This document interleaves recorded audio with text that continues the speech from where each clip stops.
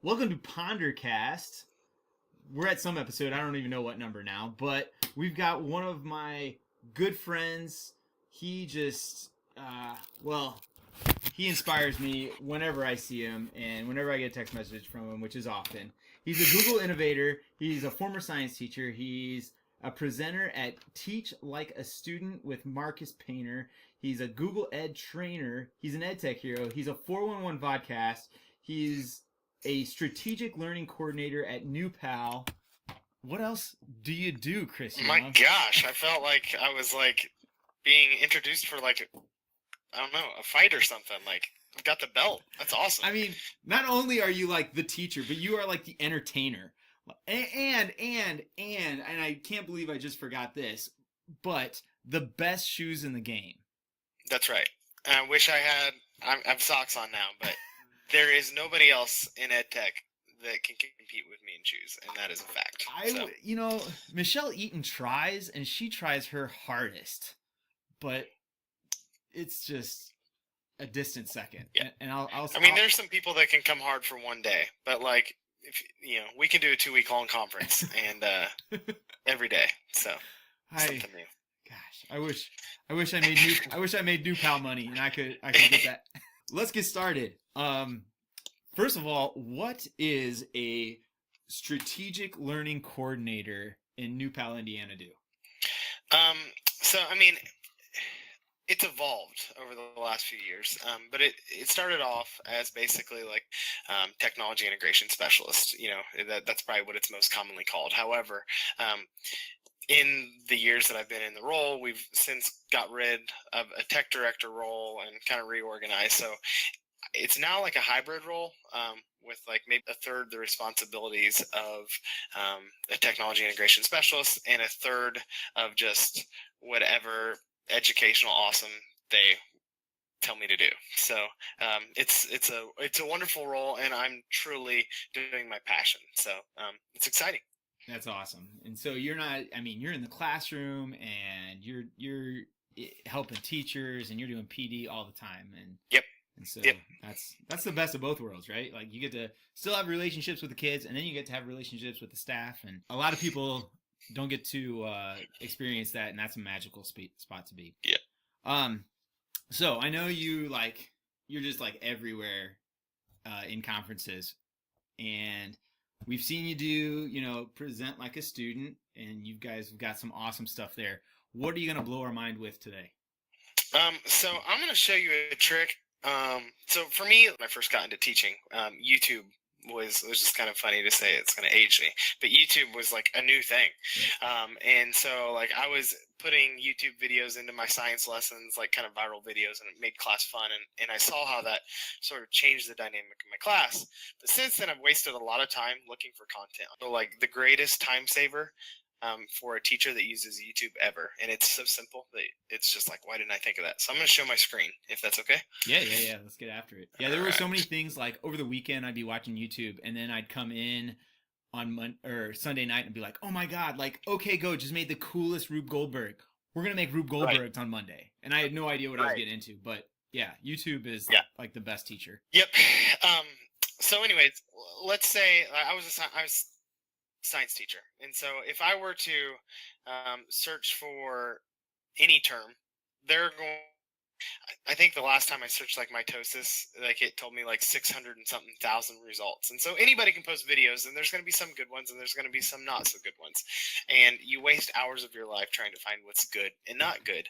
And so in the filter, if you filter by playlist, what it's going to do is it's going to bring up playlists, which any kid can, because I can give a kid an assignment on genetics, and that kid can post that video to YouTube, and that's one of the 600,000. Kids generally don't create playlists related to your topic. And so also like to do is kind of look at the name of the user that created it. And so if I'm a biology teacher, which I was, Beverly Biology. And so I can click on this and look at the playlist and be like, oh man, this video is awesome. And this video is awesome. And it's so Beverly Biology, I want to check out. So you go to Beverly Biology. Okay, we get it. We go to Beverly Biology, and the thing is if they create one playlist on something you teach, they probably create lots of playlists. And I've truly never been here, so I'm going to correct playlists. And if the jackpot, if you are a biology teacher, Right. cell ecology, evolution, chemistry, DNA and protein, like it's all there and it's all curated. And so what would have literally taken you years of teaching to curate, if you can find the right person within, less than a couple minutes, you can have everything you need. And Right. So like I said, when they have one thing that you teach, there's a good chance they've got playlists for everything. And so use that playlist feature and find somebody that's awesome and borrow. Yeah, for sure. And that person, Beverly, has 24,000 subscribers. She's on something. Other people have recognized it, and so that's she's Beverly Biology has got it going on, and we'll give a shout out down below. Thanks, Beverly. I wish I met you like 8 years ago and learned that trick and not spent all night searching YouTube going down that rabbit hole. Right. What's happening with Chris Young and the Youngs family, aka C Money, and what's happening at New Pal? Fantasy football season is coming up, so that is exciting. I got some text messages to catch up on. I know. Kind of starting to recover from the summer. We went to Hawaii. I think one of your previous guests may have went on vacation with my family and his family. Yeah. Hold on. I gotta explain that. You need to explain this, Graham. Right? Like just like on Hot Ones. I need you to explain this, Graham. So there's a picture up right now of you and Marcus. What's going on? We went. This was in Kauai, and we went down an irrigation tube tunnel cave thing, and on these intertubes, and I tried to get him to pose with kind of like my heart laying out, and he wouldn't do it, and so I kind of snuck up behind him because there was a photographer there and stood behind him, and it's glorious. My heart was going on in Hawaii, and Marcus was just kind of there for the ride. So anyways, a lot of times he is. So and you also did some keynoting and some speeches all around the state. Yeah, so with the Indiana Summer of E-Learning, I was pretty busy. This summer, I was asked to keynote 2 conferences. I keynoted the 4 Cs conference in Mount Vernon, Indiana, near Evansville, and that was an incredible conference. And I keynoted their day 2, and so that was really, really exciting. And then also Marcus, who was in the picture, we keynoted the Fort Wayne conference and their Summer of E-Learning, and day 1 on that one, which this was a tough follow. It turns out, so I called him Jerry Brooks because that's what I thought. It's his, and everybody, the whole audience gasped when he said it. His name is Gary Brooks. Right. So Gary Brooks keynoted day 1, and then we had to Marcus and I had to follow up like a semi-celebrity. I mean, he sells tickets right in theaters and stuff. So yeah, he's an edu celebrity. Yeah. Sure. And so we followed that day 2, but I think we held our own. And so, but whether it's presenting to a room of 5, which I definitely did this summer, or to an audience of 400, anytime that I can kind of share the message of, just making learning better for students, that's exciting because that's what my passion is. So, and I thank you for that.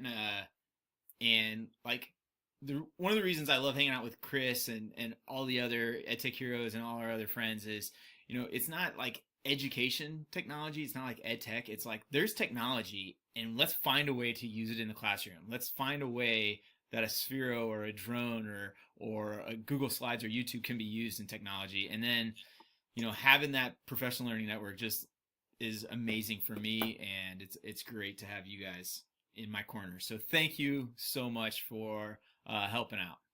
And I mean, I feel the same way. And if anybody's listening, I would encourage them to find their PLN, their professional learning network. Find those people, because Seth and everybody else has pushed me to be better, and I know Seth would say the same thing. So, all right, I'm going to let Chris give out all his information so everybody can contact him.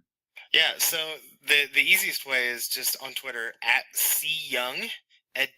I share stuff there all the time, but also at EdTech Heroes, Seth and a bunch of other incredible educators.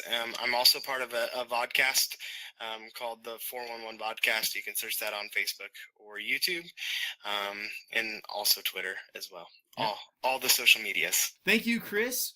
We will throw all those descriptions and links down below so that everybody can start following Chris if they're not already. Please do that.